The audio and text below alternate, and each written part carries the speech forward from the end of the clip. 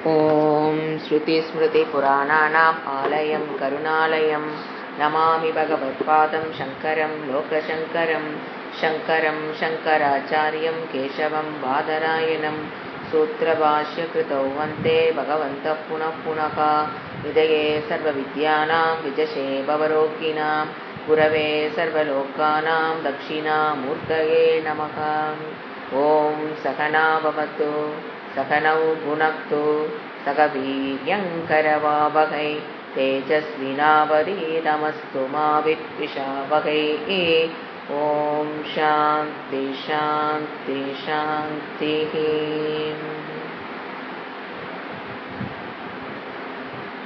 வைராகிய சதகம் புக்கில் 145வது பக்கம் 13வது 24வது ஸ்லோகம். ஒரிஜினலில் 13வது ஸ்லோகம். ஒரிஜினல் வைராகிய சதகத்தில் இது 13வது ஸ்லோகம். நம்ம சுவாமிஜி கொடுத்தது 24வது ஸ்லோகம். பிரம்ம ஞான விவேக நிர்மல திய குர்வந்த்யகோ துஷ்கரம் யன்முஞ்சந்த்யுபபோக பாஞ்ச்யபி தனானி ஏகாந்ததோ நிஸ்பிருகः सम्प्राप्तान्न पुराण सम्प्रति न च प्राप्तौ दृढप्रत्ययान् वाञ्छामात्रपरिग्रहानपि परं त्यक्तुं न शक्ता वयम्. இப்போ நாம் வைராக்கிய ஸ்துதி அப்படிங்கிற டாப்பிக்கில் இருக்கிறோம். கடைசி topic renunciation will be very difficult for a common man. அதுதான் இங்க சொல்றாரு. வைராக்கியம் சொல்றோம், it is very difficult for a common man. இப்போ renunciation பார்த்தீங்கன்னா there are 3 levels of renunciation இருக்கு. வைராக்கியத்தை பெறுதல் 3 லெவல் இருக்கும். ஒன்று, உண்மையில் என்னிடம் இருப்பதை உண்மையாகவே விடுதல். நம்ம கற்பனையில் எந்த அளவில் நம்ம இருக்கிறோங்கிறது இந்த இடத்துல நல்லா புரிஞ்சுக்கலாம். உண்மையில் என்னிடம் இருப்பதை உண்மையாகவே விடுதல். இதுக்கு தான் சாமிஜி எந்த கதை ஞாபகம் வச்சுக்கலாம். ஒரு பருப்பு காய போட்டிருப்பாங்க. ஒரு மங்கி வந்து நடக்கலையெல்லாம் சாப்பிட்டு போகும். அந்த மங்கி டிஸ்டர்ப் பண்ணிக்கிட்டே இருக்குது, எல்லாத்தையும் கசகசன்னு பண்ணுதுன்னு அந்த மங்கி பிடிக்கிறதுக்காக ஒரு ட்ராப் வச்சுருப்பாங்க. அதுக்குள்ளே அங்கெல்லாம் தொளிக்காத கல்லை அதுக்குள்ளே தொளிச்சு நல்லா அது விஷனில் படுற மாதிரி தொளிச்சு போட்டு கடலக்காயை உள்ளே போட்டு வச்சுருப்பாங்க. அப்புறம் அதுக்குள்ளே கை உள்ளே விட முடியாதனால வெளியில் எடுத்து அப்படியே எடுத்துக்கலாம், ஒன்றும் பிரச்சனை இல்லை. ஆனால் அந்த ட்ராப்புக்குள்ளே கையை விட்டுட்டு கையில் கடலக்காய் நிறைய அள்ளிட்டு அப்படி திரும்பி வந்தீங்கன்னா வர முடியாது, அது அடைச்சிக்குமா. விட்டுட்டிங்கன்னா பிடிச்ச கடலக்காயை விட்டுட்டோம்னா கை வெளியில் வந்துடும். ஆனால் இந்த மங்கி என்ன பண்ணுது, போய் கடலக்காயை கையில் எடுத்துரும். சோம்பேறித்தனம் தான், என்ன இதை போய் தொளிச்சு சாப்பிட்றது, அழகாக தொளிச்சு வச்சுருக்காங்க அப்படின்னு சொல்லி உள்ளே போய் கையில் எடுத்துருச்சு, இழுக்குது, வரமாட்டேங்குது. வல்லின்னொன்னே என்ன பண்ணியிருக்கணும், விட்டுருந்தா பரவாயில்ல. இது போராடிக்கிறதுக்குள்ளே என்ன பண்ணிட்டாங்க, காவலாளிகள் பிடிச்சிட்டு போயிடுவாங்க, மாட்டிக்கும். இதுதான் ஒவ்வொருத்தருடைய வாழ்க்கையிலும் நம்ம ஃபேஸ் பண்ணி வாழ்ந்துட்டு இருக்கிற வாழ்க்கையே இதுதான். இது உண்மையான என்னிடம் இருப்பதை உண்மையாக விடுதல், இது ஒன்று. ரெண்டாவது, that is real renunciation of real possessions that I have. Real renunciation of real possessions that I have, இது ஒன்று. ரெண்டாவது, உண்மையில் என்னிடம் இருப்பதை கற்பனையில் விடுவது. இப்படியெல்லாம் நடக்குதானா, எல்லாம் நம்ம வாழ்க்கையில் அனுபவிச்சுட்டு தான் இருக்கிறோம். உண்மையில் என்னிடம் இருக்கும், ஆனால் கற்பனையில் விடுதல். யார், அர்ஜுனகேஸ். உண்மையில் இந்த கண்ணுக்கு முன்னால் யார் இருக்கா, பீஷ்மர் இருக்காரு, துரோணாச்சாரியர் எல்லாம் உண்மையில் கண்ணுக்கு முன்னால் இருக்கிறாங்க. ஆனால் என்ன பண்ணுறான், கற்பனையில். ஏங்க அதெல்லாம் நடக்கத்தான் போகுது, அப்படிலாம் பேசக்கூடாது. இப்போ கண்ணுக்கு முன்னால் எல்லாம் இருக்குது, ஆனால் ஃபியூச்சர் கற்பனை, மென்டல் ப்ரொஜெக்ஷன், அது போயிடும் அப்படின்னு கவலைப்பட்டானா இல்லையா. அந்த மாதிரி நம்ம வாழ்க்கையில் வைராக்கியத்தை பெற முடியாமல் கஷ்டப்படுறதும் இருக்கு. இது ரெண்டாவது டைப் ஆஃப் ரெனன்சியேஷன். அடுத்தது மூணாவது லெவல் என்னன்னா, இமேஜினரி, அதாவது கற்பனையாக என்னிடம் இருப்பதாக செஞ்சு கொண்டது, கற்பனையாக அது எனக்கு சொந்தமானதுன்னு வச்சிருந்தது, கற்பனையில் என்னை விட்டு போறது. பெத்தட்டிக் கண்டிஷன் இதுதான். மற்றதெல்லாம் கூட கொஞ்சம் பொருள் இருக்குங்கிற ஒரு நப்பாசையாவது இருந்துருது கையில. இது கற்பனையாக அந்த பொருள் என்னதுன்னு நினைச்சுக்கிட்டு அது கற்பனையிலேயே என்னை விட்டு போயிடுமான்னு பயப்படுறது. இது வெரி லோ லெவல் ஆஃப் வைராக்கியம்.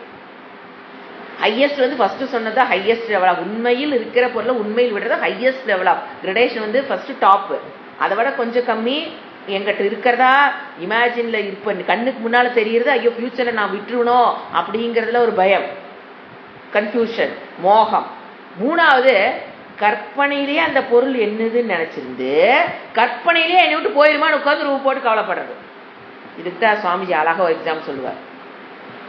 கல்யாணம் பண்ணிக்கிற ஒரு பையன், பொண்ணு வருது, ஒரே பொண்ணு, ஒரு 10 ஏக்கரா சொத்து. கல்யாணம் பண்றதுக்கு முன்னால அந்த சொத்து அத்தனை என்னது, அந்த பிள்ளைய கல்யாணம் பண்ணிக்கிட்டா போதும். கற்பனையில் எதுவுமே என்ன அவனதாகல, அது சொத்து மாமனார் பேர்லயோ அவரோட அப்பா பேர்லயும் இருக்கும், அவங்க அக்கா தங்கச்சி யாரோ வேறு இருக்கு. இவன் கல்யாணம் பண்ணும் போது எல்லாத்தோட பெற்றோருடைய மனதிலும் இருக்கிற கல்பிரிட்டு. ஒரு பொண்ணை கல்யாணம் பண்றோம்னா பண்ணும் போதே அதை ஒரே பொண்ணுனா தேடி போறது, ஏன்னா சொத்து வரும் இல்லையா. ஒரே பொண்ணும் போது கற்பனையில் கல்யாணம் பண்ற ஒரு நாட்டு 3 முடிச்சு அந்த பையன் போடுறாங்கிறக்காக அந்த பையனு அந்த சொத்து என்னதுன்னு கற்பனையில வாழ ஆரம்பிக்க, அவங்க பெற்றோருக்கு அதனுடைய ஃபர்ஸ்ட் பெற்றோருடைய கற்பனை தான் பையனுக்குள்ளே வந்திருக்குடே. இந்த பிள்ளை எஸ் சொல்லுடா, அந்த 10 ஏக்கரை உனக்கு வந்துருடான்னு ஃபர்ஸ்ட் கற்பனை பண்றது யாரு? பேரண்ட்ஸ். அந்த கற்பனையை பையன்கிட்ட கொடுத்து அவன் 10 ஏக்கரை வருமா, கொஞ்சம் கொஞ்சம் அப்படியே அட்ஜஸ்ட் பண்ணிக்கலாம், நாம என்னைக்கு சம்பாரிச்சு 10 ஏக்கரை சம்பாதிக்க போறோம், இப்ப ஈஸியா வருது. Just putting 3 knots, just putting 3 knots. என்ன ஒரு கேனத்தனம். Just putting 3 knots. ஒரு இன்னைக்கு ஏக்கரா வந்து இன்னைக்கு 1 கோடி விற்கல, 10 crores நான் இன்னைக்கு அதிபதி. அந்த வீட்டுக்குள்ள நுழையும் போது அவனுக்கு என்ன ஒரு மப்பு, நான் இன்னைக்கு 10 crores என்ன மாமனார் இருப்பாரு, அங்க மாமியா இருப்பாங்க, அந்த மாமனாரோட தங்கச்சிக்கு அக்கா தங்கச்சிக்கு அவங்களுடைய அம்மா அப்பா அந்த அதுக்கு அதை என்ஜாய் பண்ணவங்க அவங்களும் நினைச்சிட்டு இருக்கிறவங்க ஆல்ரெடி அங்க ஒரு 10 டிக்கெட் இருக்கும். 10 ஏக்கரா எனதுங்கிற கற்பனையில் ஒரு 10 டிக்கெட் அங்க இருக்கும். இவன் உள்ள போகும்போது அதெல்லாம் 10 வைவாஷ் ஆயிரும். 10ல இல்ல நான் தான், எல்லாம் எனக்கு முன்னால செத்து போக போறாங்க, செத்து போனதுக்கு அப்புறம் எனக்கு தானே வரப்போகுது, ஏதோ ஒண்ணு. என்னது இது, என்ன வாழ்ந்துட்டு இருக்கிறோம்? Just by marrying a girl, கற்பனையில அந்த சொத்தெல்லாம் எனக்கு வந்துடும். யார்? மாமியா. அந்த ஆட்டிடியூட்ல மருமகிட்ட பேசினா அவன் மதிப்பாள நம்மள. நீ சொத்துக்கு என்னை கல்யாணம் பண்ணிட்டு வந்து நான் கேட்க மாட்டா, நீ என்னையே கல்யாணம் பண்ணியா, என் சொத்துக்கு கல்யாணம் பண்ணியா.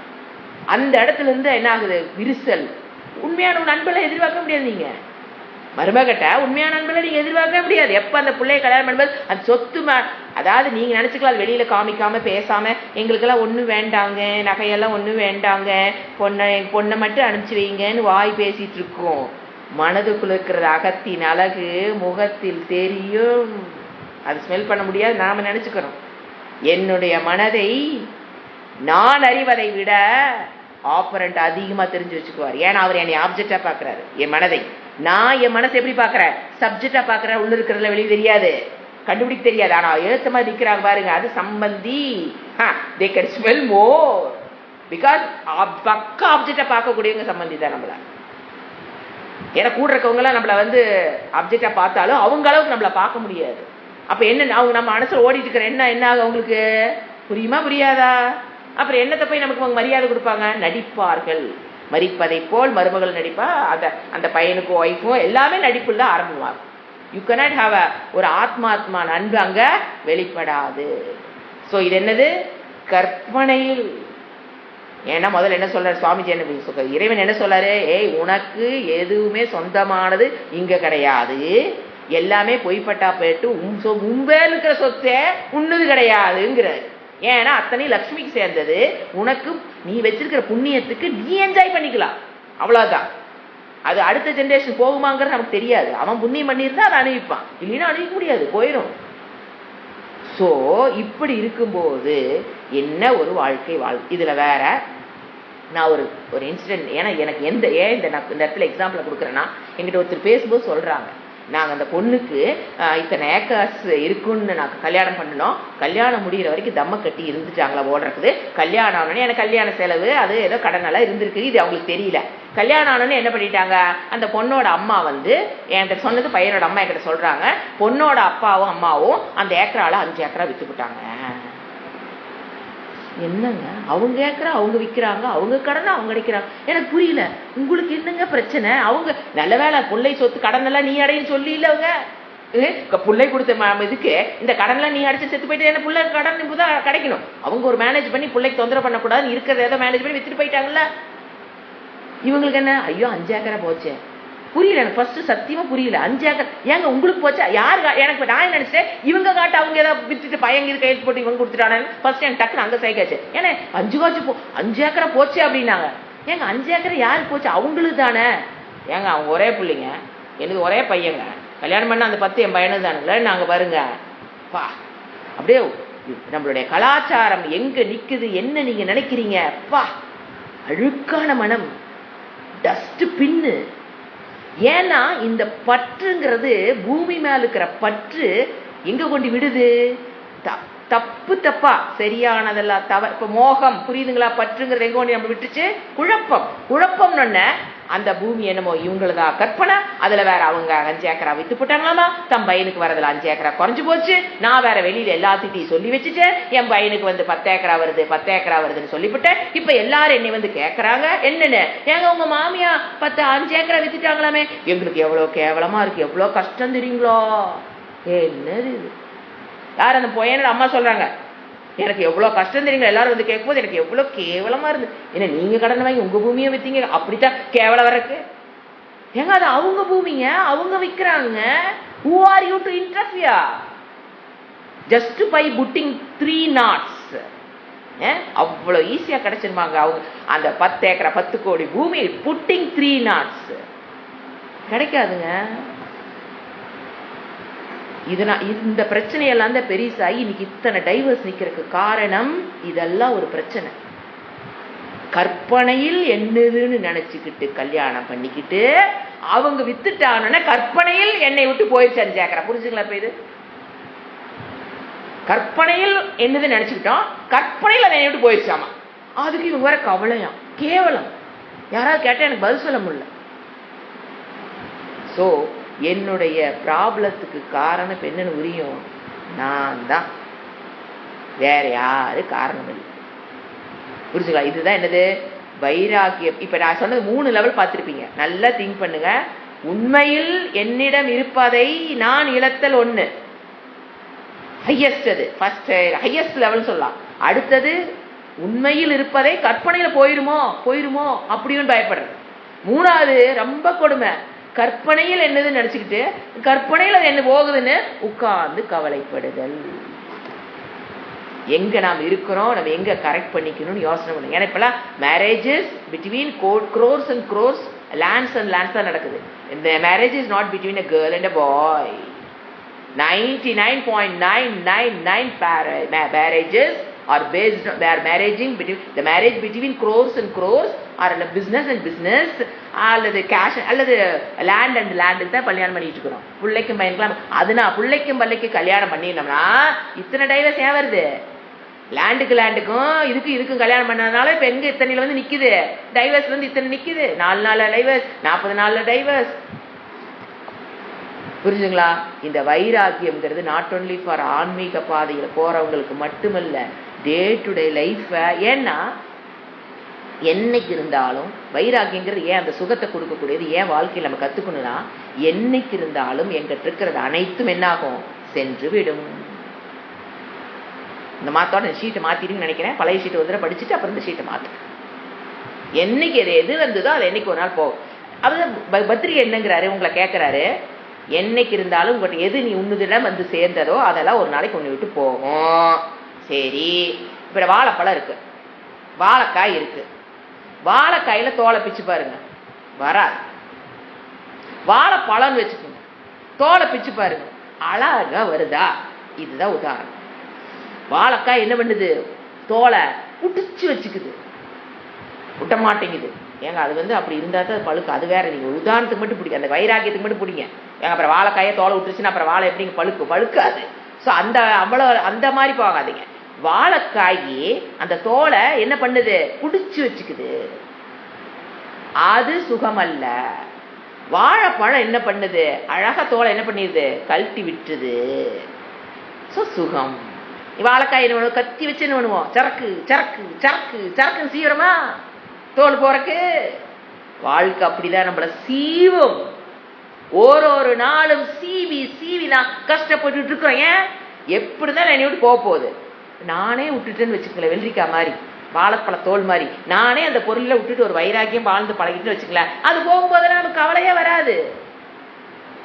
நான் ஒரு பொருளை என்னை விட்டு போறதுக்கு முன்னாலேயே அது மனதளவில் அதை விட்டுட்டேன்னு வச்சுக்கோங்களேன், அது என்னை விட்டு போகுது, அப்ப கவலை வராது. என் பையன் என் பையன் என் பையன். ஏன்னா அந்த வைராக்கியங்கிறது இங்கெல்லாம் ரொம்ப கஷ்டப்படுறீங்க. அதை போட்டு அவன்கிட்ட பற்றா வச்சு அவன் கொஞ்சம் வயசாகி உங்களை விட்டு வெளியில் போக பார்ப்பான். அப்ப என்ன ஆகுது, வேதனை, வலி. நான் என்ன சொல்றேன், அவன் டாட்டா சொல்றதுக்கு முன்னால, டாட்டானாங்க சண்டை போட்டு வீட்டு விட்டு வெளியே போறதில்ல, அவனுக்குன்னு குடும்பம், அவனுக்குன்னு ஒரு ரெஸ்பான்சிபிலிட்டிஸ் வரும்போது நம்மகிட்ட இருந்து அவன் வெளியில வந்துதான் ஆகணும். நம்மளை மட்டுமே பார்த்துட்டு இருக்க கூடாது. அப்ப வெளியில போகும்போது ஐயோ மனசு பையன் தனியா முடிவெடுக்கிறான், தனியா ஒய்ஃப் பேச்ச கேட்கறான், அல்லது அவன் போறா அப்படின்னா கல்யாணம் ஆன அந்த சமயமே விட்டுறணும். நீங்க வாழைப்பழ பழமாக பழுத்திருந்து மனதளவில் மெச்சூரிட்டியா வாழைப்பழமாக நீங்க ஆயிருந்தீங்கன்னா, எப்பேற்பட்ட மருமக வந்தாலும் பையனை இழுக்கிறான்னா நாமளே கழட்டி விட்டுருவோம். ராசா வச்சுக்கிறானி போது, எனக்கு இத்தனை நாள் தூக்குனது போதும், இந்த வேண வச்சு பார்த்தது இந்த ராணி வச்சுக்க ராசான்னு உடனும் இல்ல. அப்ப என்ன இருக்கணும், மனதளவில் மென்டல் மெச்சூரிட்டி கழட்டியோட தெரியணும். இது அன்பு இல்லாம இல்ல, இதுதான் ட்ரூ லவ். Unconditional love. அவனை விடுறது அப்படியே போயிரு. நீங்க உங்க பையனை வாழைப்பழ தோலாட்ட புடிச்சு வச்சுக்கிட்டா அவ வருங்க கத்தி வச்சுக்கிட்டு விடுறையா இல்லையா, உன் பையனை என்கிட்ட விடுறையா இல்லையா, ஒரு சீவா சீவி சீவி நம்பிக்கிட்டு இருந்து புடுங்கிடுவா. நாமளே விட்டுலாம்ல. அவ புடுங்குற வரைக்கும் என்னங்க பண்ணுனீங்க? What is the mental maturity where? இதெல்லாம் பிசிக்கலா இல்லைங்க. வசனோட கல்யாணம் வெளியே துரத்ததெல்லாம் நான் சொல்லல. வீட்லயே வச்சிருக்கலாம். 10 பசங்களோட 10 மருமகளோட வாழலாம். வாழைப்பழமா இருந்தீங்கன்னா வாழலாம். வாழைத்தோளா இருந்தீங்க, வாழைக்காயினோட தோளா ஓட்டிட்டு இருந்தீங்க, வாழைக்காயா நம்ம இருந்தோம்னா இம்மெச்சூர் மைண்டுக்கு தான் வாழைக்காயின. மெச்சூர்டு மைண்ட் பழம். அது என்ன பண்ணுது, கழட்டி விட்டுதா இல்லையா?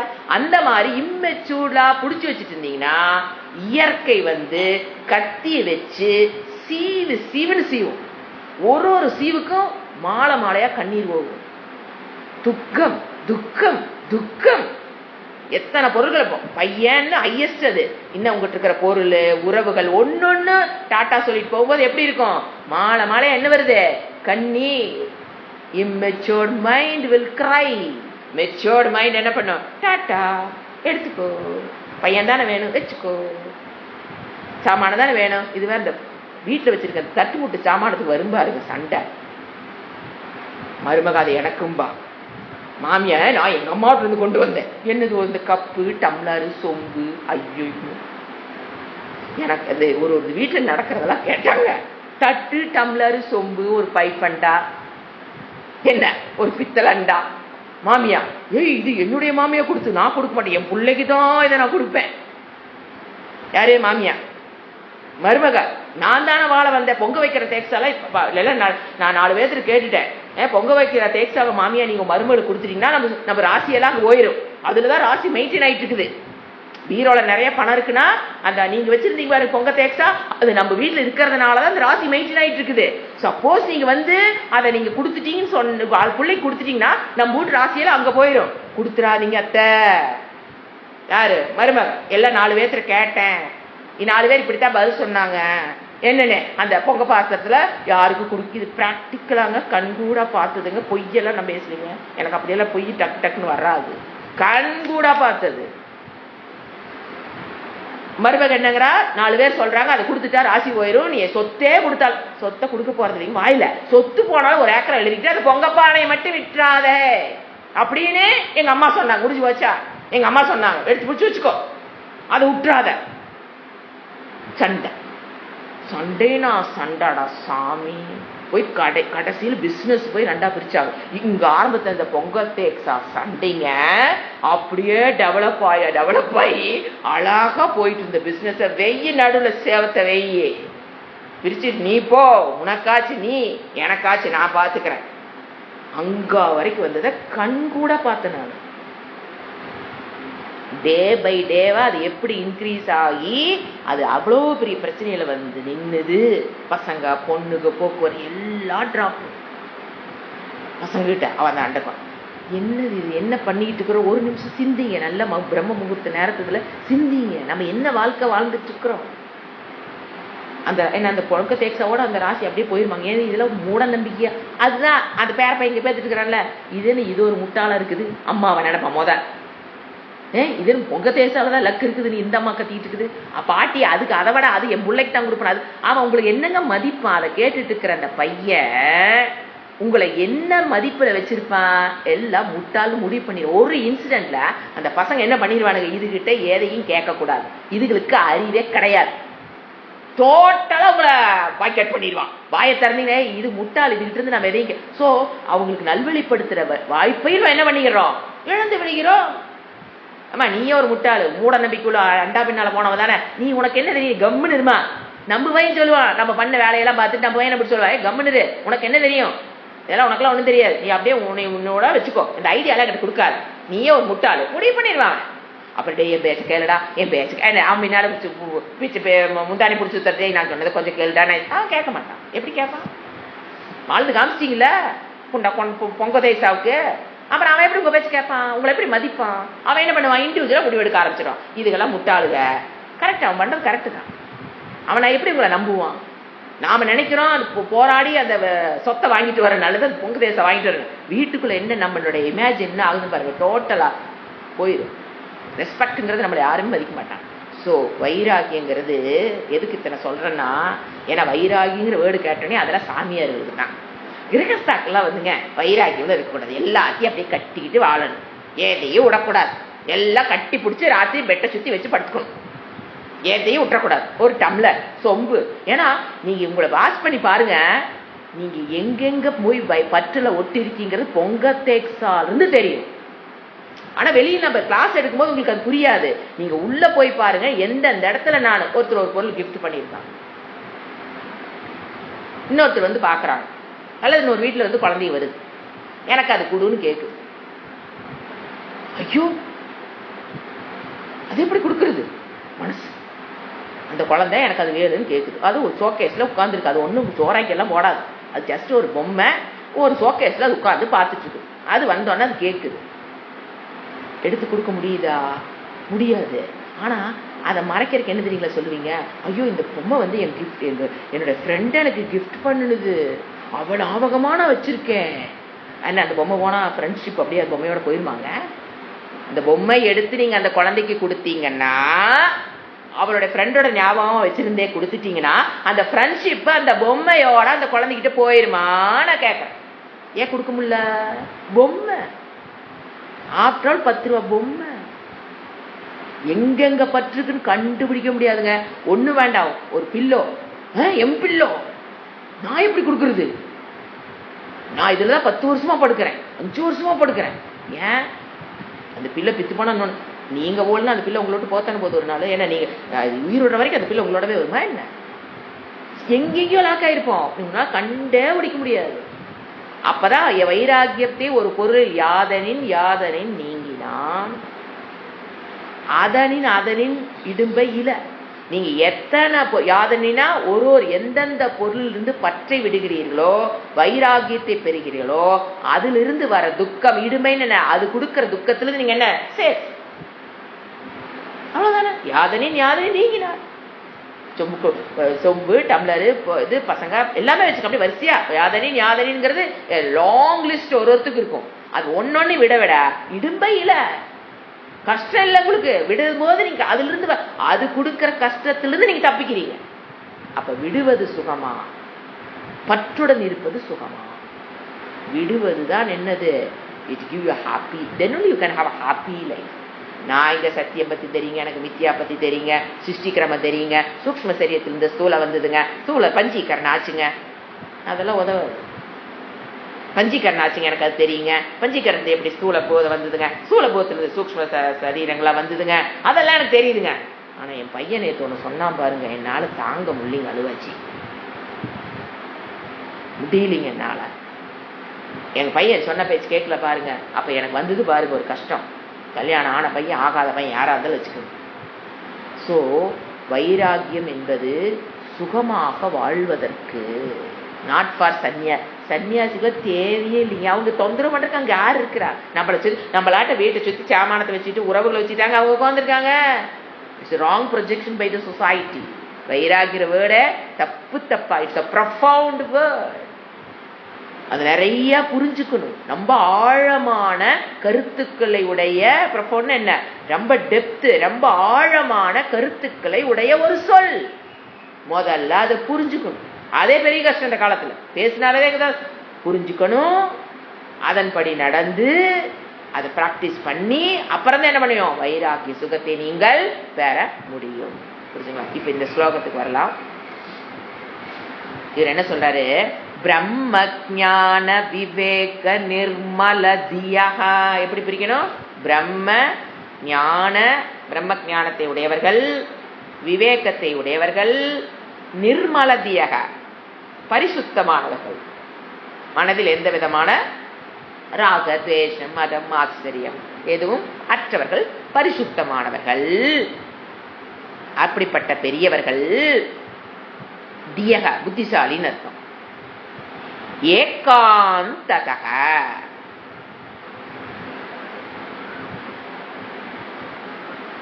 அடுத்த வேர்டு ஏகாந்ததக உறுதியாக.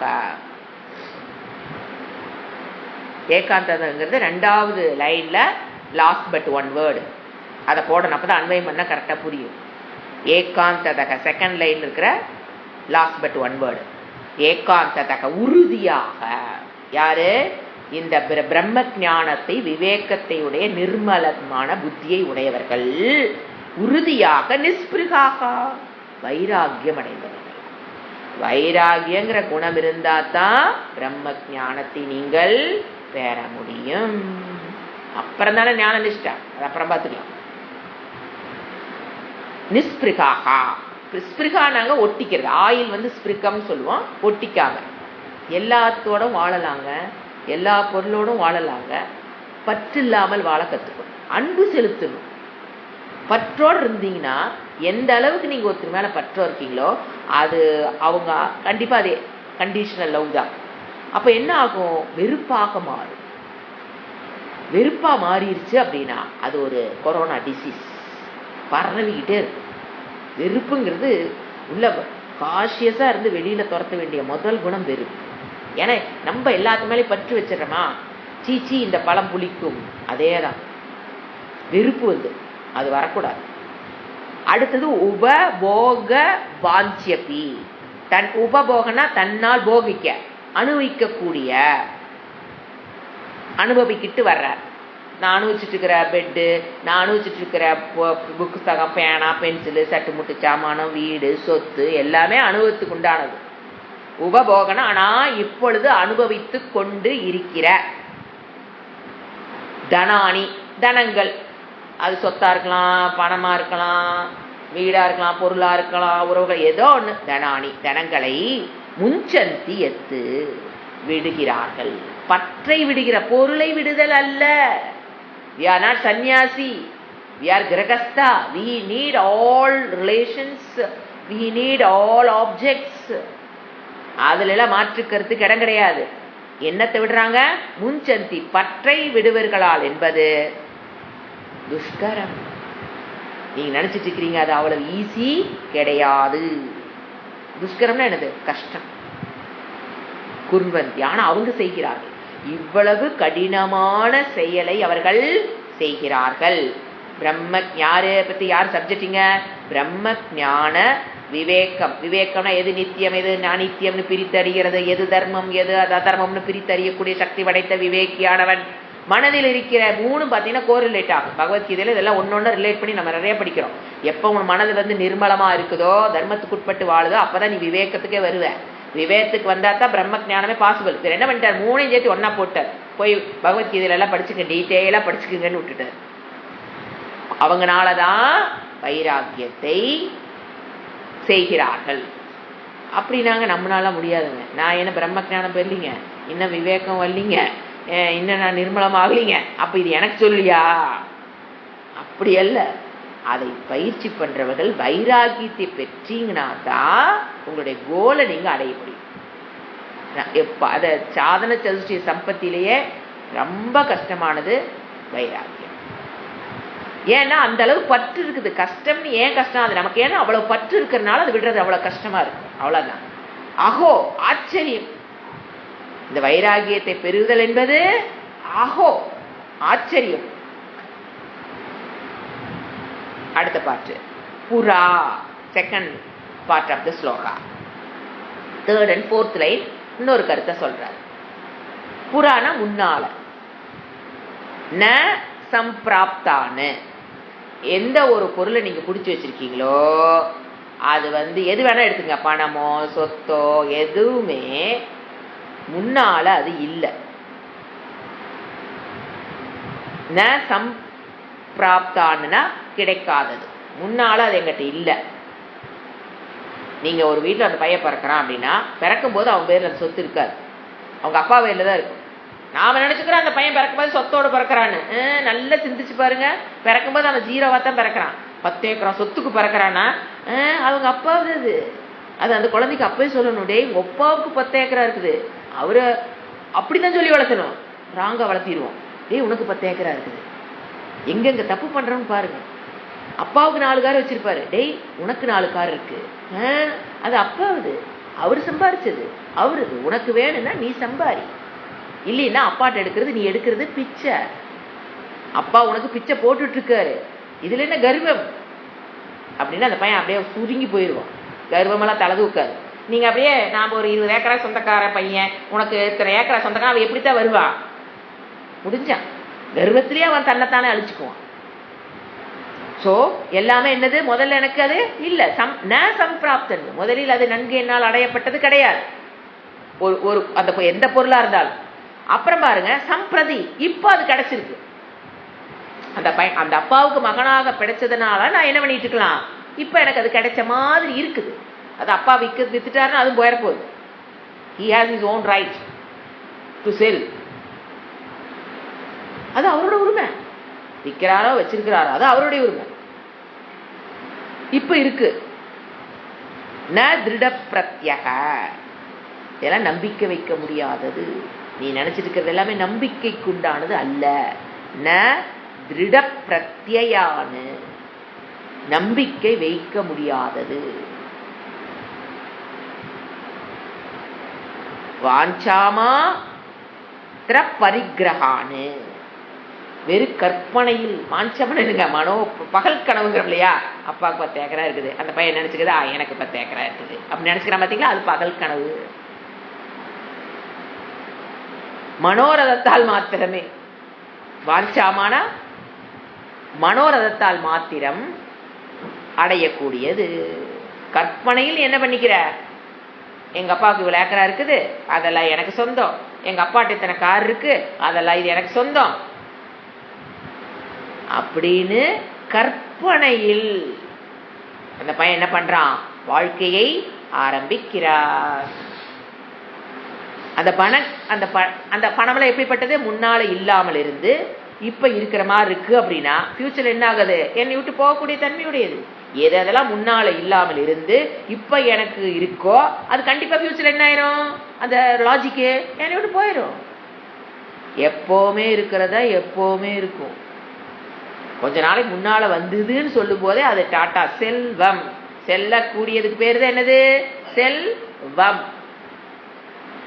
பணங்களை தியக்தும் விடுவதற்கு, இந்த மாதிரி நித்தியம் இல்லாத சொத்து பத்துக்களை பணங்களை தியக்தும் விடுவதற்கு, இவ்வளவு நிலை இல்லைன்னு தெரிஞ்சோ தெரியறதுல முக்காவாசி பேருக்கு அத உண்மை. இவர் என்ன சொல்றாரு, இதெல்லாம் தெரிஞ்சும் தியக்தும் விடுவதற்கு வயம் நாம்,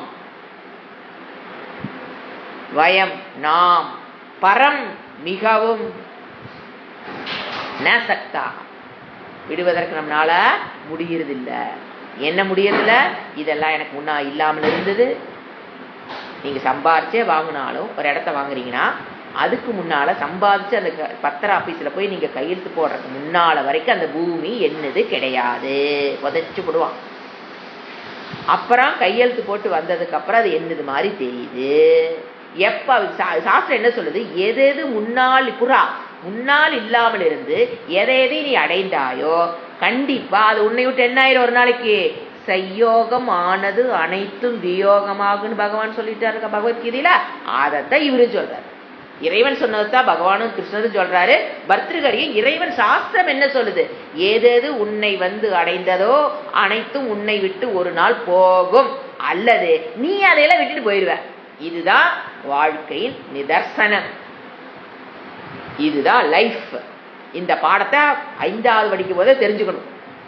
ஏதேது உன்னிடம் வந்தது, அது உறவுகளா இருக்கலாம், ஒரு காலத்துல இல்லாம இருந்தா நம்ம பையன் நமக்கு பிறக்கிறான், அப்புறம் மறுபடியும் அது என்ன ஆகும்? நம்ம விட்டு போய்விடும். அதுக்கு எதுக்கு கவலைப்படணும்? அந்த அறிவு இருந்துன்னு வச்சுக்கல, கவலைப்படவே மாட்டான். இல்லாம இருந்தது ஒண்ணு வந்தது, இப்ப போயிருச்சு, அவ்வளவுதானே. இதுக்கு எதுக்கு கவலை? சையோகமானது அனைத்தும் நோட்ல இருக்கக்கூடாது, மண்டையில் இருக்கணும். ஏதேது என்னோடு வந்து இணைந்ததோ அது அனைத்தும் என்னை விட்டு போகும் தன்மை உடையது உலகம். உங்களுக்கு இல்லைங்க, அவங்களுக்கு அப்படித்தான், எல்லாத்துக்கும் அப்படித்தான். உலகத்தினுடைய இதே அப்படித்தான். லைஃப்னா இதுதான் அப்படின்னு அவர் என்ன சொல்றாரு? பத்திரிகை என்ன கேட்கிறாரு? தெரிஞ்சிச்சுல்ல, ஏதேது உன்னோட வந்ததோ அதெல்லாம் போகக்கூடிய தன்மை படைத்ததாக இறைவன் படைத்து விட்டார்னு வச்சுக்கோ. அப்ப நீ என்ன பண்ணணும்? அது உன்னை விட்டு போறக்கு முன்னாலேயே வாழைக்காய் மாதிரி புடிச்சு வச்சுக்காம வாழைப்பழமா பழுத்து மனதளவில் மெச்சூரிட்டி அடைஞ்சு தோலை விற்று. அப்ப அவங்க வாழைப்பழத்தோலை பிரிக்கும் போது அந்த பழத்துக்கு வலிக்காது. இப்ப வாழைப்பழத்தோலை பிரிக்கிறீங்க, உள்ள இருக்கிற பழத்துக்கு வலிக்குமே? என்ன வலிக்காது. அதே வாழைக்காயை போட்டு கத்தி வச்சு சீவுங்க, அப்ப உள்ள இருக்கிற அந்த பழத்துக்காய் வாழைக்காய்க்கு வலிக்குமா? வலிக்காதா? வலிக்கும். சோ வலிக்கணும், வாழ்க்கை ஃபுல்லா நான் அழுதுகிட்டே இருக்கணுமே, என்ன பண்ணுங்க? எல்லாத்தையும் அப்படியே பிடிச்சு வாழைக்காயாட்டு வச்சுக்குங்க. தோல் வாழைக்காய் தன்னுடைய வாழைக்காய் தோலை பிடித்து வைப்பதை போல் பிடித்து வச்சுட்டு இருந்தீங்கன்னா nature will come with a knife to scrap you from that object, from that person, from that object's experiences, persons. The nature will come and scrap you, scrap that object from புடுங்கும். அப்ப மனம் தாக்கு பிடிக்க முடியாத வலிக்கும். தேவையா? கேட்டுக்கோ, உங்களை நீங்களே கேட்டுக்கோ, இந்த வாழ்க்கை எனக்கு தேவையா? சோ என்ன பண்ணணும்? மனப்பக்குவத்தை பெற்று.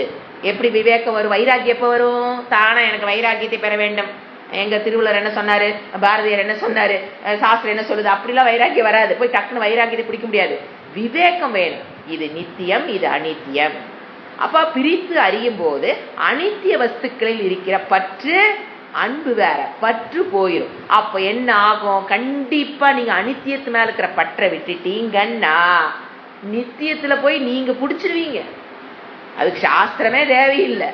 இது நித்தியமானது இறை தத்துவம், என்னுடைய ஆத்ம தத்துவம் தான் நித்தியமானது. அதை தவிர அடுத்தது எல்லாமே அனாத்மா, அனைத்தும் அனித்தியம்னு புரிஞ்சிருச்சுன்னா ஆட்டோமேட்டிக்கா நம்ம எங்க போய் பிடிச்சிருவோம்? நித்தியத்தை போய் பிடிச்சிருவோம். No doubt in that. அதுக்கெல்லாம் அவ்வளவு கஷ்டமா தேவையில்லை. வைராக்கியத்தை பெற்றுட்டீங்கன்னா மனம் ஆட்டோமேட்டிக்கா இறைவனை நோக்கி செல்ல ஆரம்பிச்சிடும். உலகத்து மேல விஷயங்கள் அதிகமாக பற்று இருக்கும் போது இறைவன் தெரிஞ்சுங்களா போவோம், அதை பிடிச்சி வச்சிருக்கிறதுக்காக இறைவன் போவோம். ஐயோ இதெல்லாம் என்னை விட்டு போயிடக்கூடாது, இறைவா please help me, please help me, அப்படித்தான் இறைவன் போவோம். இது மேல இருக்கிற பற்றை விட்டுட்டீங்கன்னு வச்சுக்கோங்க, இறைவனுடைய சொரூபத்துக்கே போயிடுவோம். இறைவன் போய் இல்ல please help me, hold, I want to hold this relation, I want to hold this object, I want to hold this, please help me, help me, அப்படி போக மாட்டோம். வைராக்கியத்துக்கு முன்னால பிரேயருங்கிறது வேற, வைராக்கியத்துக்கு வைராக்கியத்தை பெற்றதுக்கு பின்னால் நம்ம ப்ரே பண்ணுவோம். ஆனா அங்க என்ன பண்ணுவோம்? இறைவா please give me maturity, please give me maturity to learn, to study, to understand. Prayer கம்ப்ளீட்டா சேஞ்ச் ஆயிடும். வைராக்கியத்துக்கு முன் பிரேயர் எப்படி இருந்ததுன்னு பாருங்க, வைராக்கியத்துக்கு பின் பிரேயர் எப்படி இருக்குன்னு பாருங்க. Which is the highest level of prayer. பகவான் எதை விரும்புவார்னு பாருங்க. ஆனா பாருங்க, உங்களுடைய பிராரப்த பிரகாரம் உங்களை என்ன அடையணும் இருக்கோ அது வரத்தாங்க போகுது. பிராரப்த பிரகாரம் நீங்க வேண்டுனாலும் வேண்டாட்டினாலும் பிராரப்தம்னு ஒண்ணு இருக்காது, மறந்துடக்கூடாது. அது பிரகாரம் உங்களுக்கு என்ன வரணுமோ அது வரத்தான் போகுது. அதே பிராரப்த பிரகாரம் எது என்னை விட்டு போகணும்னு இருக்கோ அதுவும் போகத்தான் போகுது. எதுக்கு இந்த மனசு போட்டு இப்படி சஞ்சலம் ஆத்மிகா, எதுக்கு இப்படி மனம் சஞ்சலம்? அதுல தெளிவாய்க்கணும். எது வருதோ அதுக்கான முயற்சி செய்யணும். ஒண்ணு அடையணும்னு நினைச்சோம்னா அதுக்குண்டான முயற்சி செய்யணும். வரது வராத பிராரப்த கையில் இருக்குது, விட்டுருவாள். சோ என்ன புரியுது? வைராகியத்தை பெற்றால் மட்டும்தான் என்ன பண்ண முடியும்? சுகமாக நாம இருக்க முடியும். அடுத்து படிக்கிறேன்.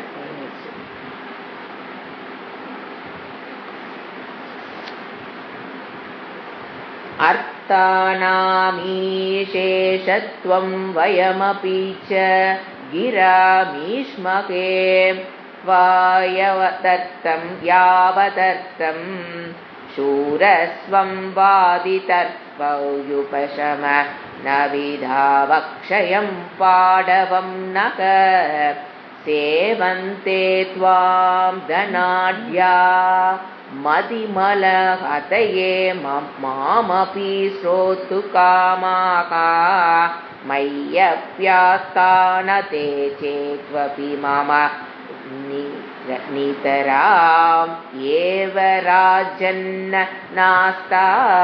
மீனிங் மட்டும் கொடுக்குற எழுதிக்க. விளக்கம் இதே விளக்கம் தான்.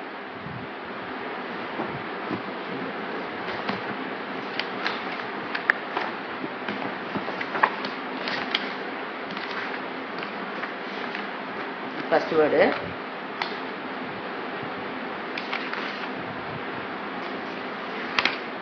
ராஜன் கூப்பிடுறாரு, அரசனே. சன்னியாசி கூப்பிடுறாரு ராஜனை பார்த்து, ராஜா உனக்கு எனக்கும் எந்த வித்தியாசம் கிடையாது. பார்த்தா நீ பெரிய பெண்பட்டுடுத்தி அரசவையில் அமர்ந்திருக்கிறாய். ஒரு சன்னியாசி சொல்றாரு, உனக்கு எனக்கும் பெருசா எந்த வித்தியாசம் கிடையாது. அப்படிங்கறது அர்த்தமே வைராகியத்தை விட்டதனால் நம்ம எதை இழந்ததுன்னு கிடையாதுன்னு அர்த்தம் சொல்ல வர்றாரு. ஏன்னா வைராகியம் பெற்றுட்டா எல்லா பொருளும் நம்மளோட அப்படி இல்லை. எந்த வைராகிய சன்னியாசிங்கிறது வைராகியத்தை பெற்றவன் எடுத்துக்கலாம், ராஜாங்கிறது பற்றுடையவனா எடுத்துக்கலாம். சன்னியாசி என்ன சொல்றாரு? உனக்கு எனக்கும் எந்த வித்தியாசம் கிடையாது. ஏன் ராஜன் அரசனே, துவம் நீ என்ன பண்ணி எப்படி வாழ்ந்துட்டு இருக்கிற? அர்த்தானாம் ஈஷிஷே, பல பொருள்களை நீ ஆள்கிறாய். அர்த்தானாம் பணங்கள், அர்த்தம்னா பணம் சொத்து. ஈஷிஷே ஐஸ்வர்ய பாவம் ஈஸ்வரஸ்ய பாவம். உனக்கு என்ன இருக்குது? ஆளும் தன்மை இருக்குது, எஜமானனா இருக்கிற. ஏகப்பட்ட சொத்து, ஏகப்பட்ட மக்களுக்கு ஏகப்பட்ட சொத்துக்கு நீ என்னவா இருக்கிற? எஜமானா இருக்கிற. வயமபி சன்னியாசி சொல்றாரு, நானும் தான். என்ன இவர் என்ன லூஸ் ஆயிட்டாரா? இவர் எப்படி சொல்ல முடியும்? நமக்கு தோணும். வயமபி நானும் தான், நாங்களும் தாங்கிற, நாமும் தான். யாவதர்த்தம் வேண்டிய அளவுக்கு எங்கிட்ட இருக்குப்பா. ராஜா யோசனை, என்னது எங்கிட்ட இருக்க அளவு உங்ககிட்ட இருக்கா? என்ன இருக்கு? என்ன சொல்றாரு? கிராம் ஈஷ்மகே, எங்கிட்ட என்ன இருக்குது? கிராம் ஈஷ்மகே, சாஸ்திர வசனங்களுக்கு நாங்கள் எஜமானனாக இருக்கிறோம், உபனிஷத்துகளுக்கு நான் எஜமானனாக இருக்கிறேன்.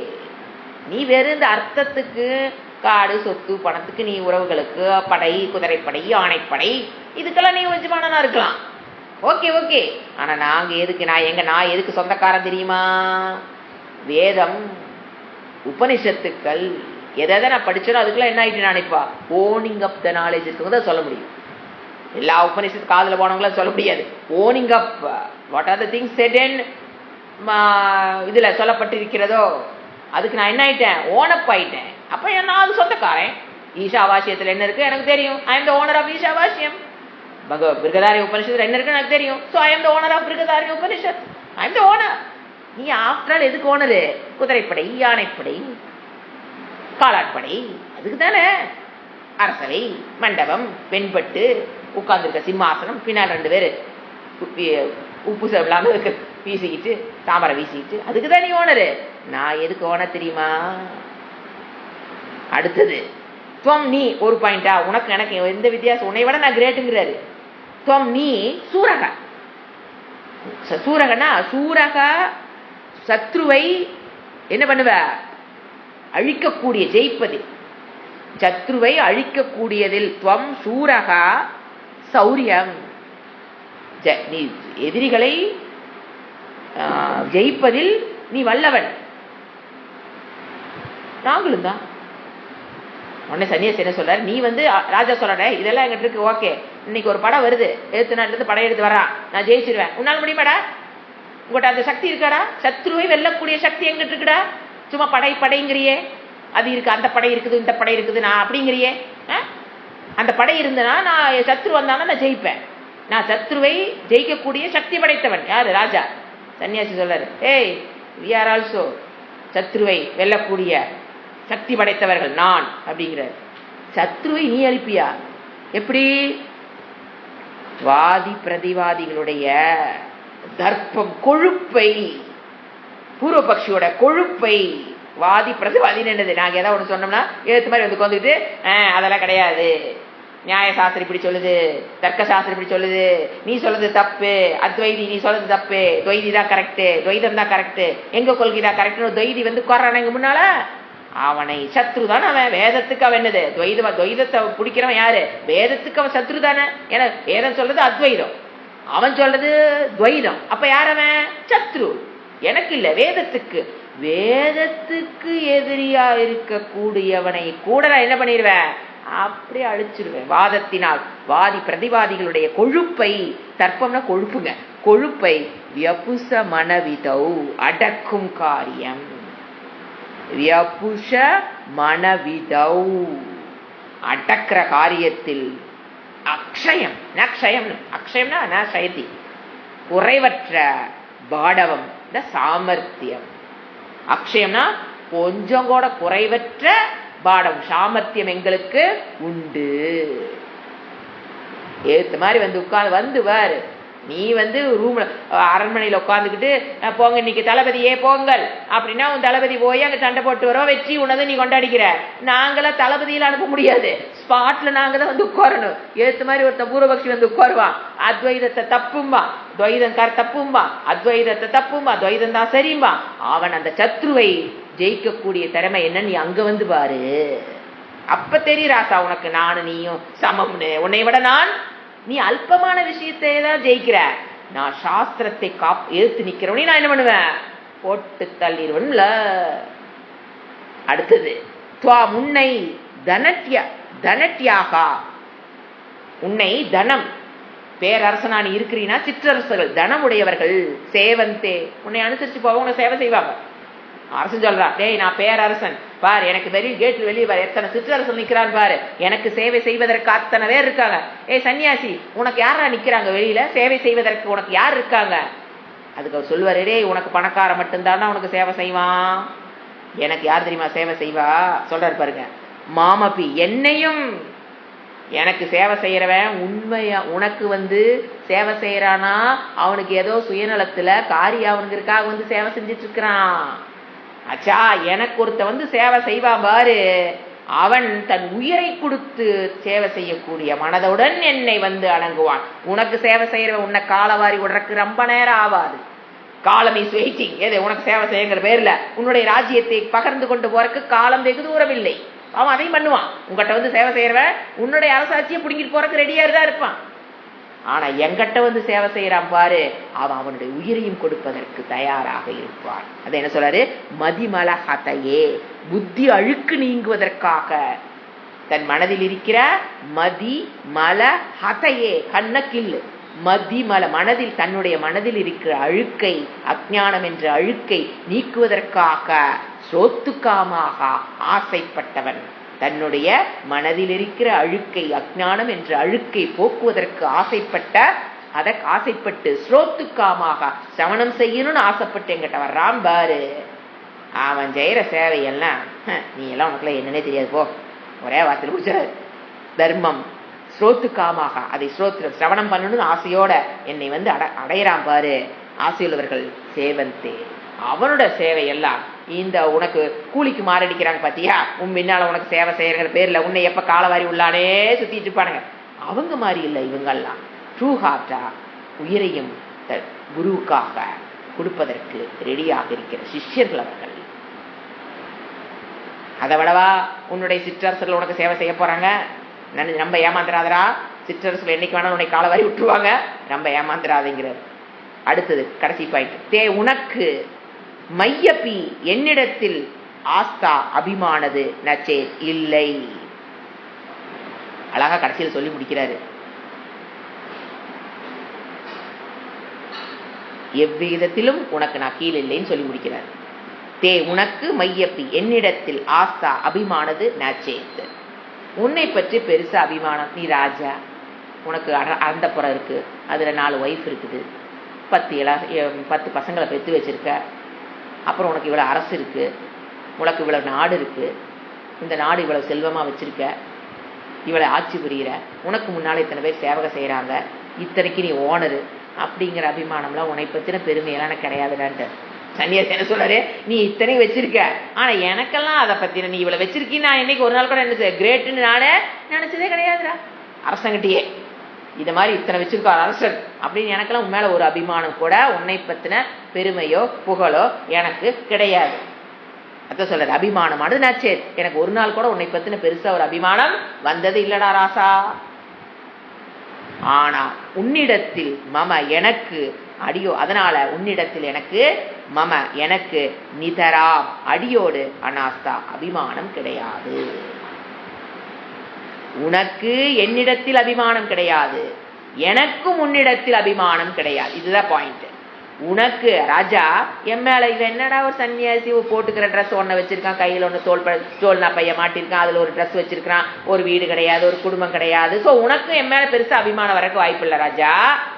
எப்படி நீ என்ன என் மேல ஒரு அபிமானம் இல்லாமல் ஹி இஸ் கிரேட் நீ புரிஞ்சுக்கலையோ, அதே போல நீ கிரேட் நான் என்ன பண்ணல ஏத்துக்கல.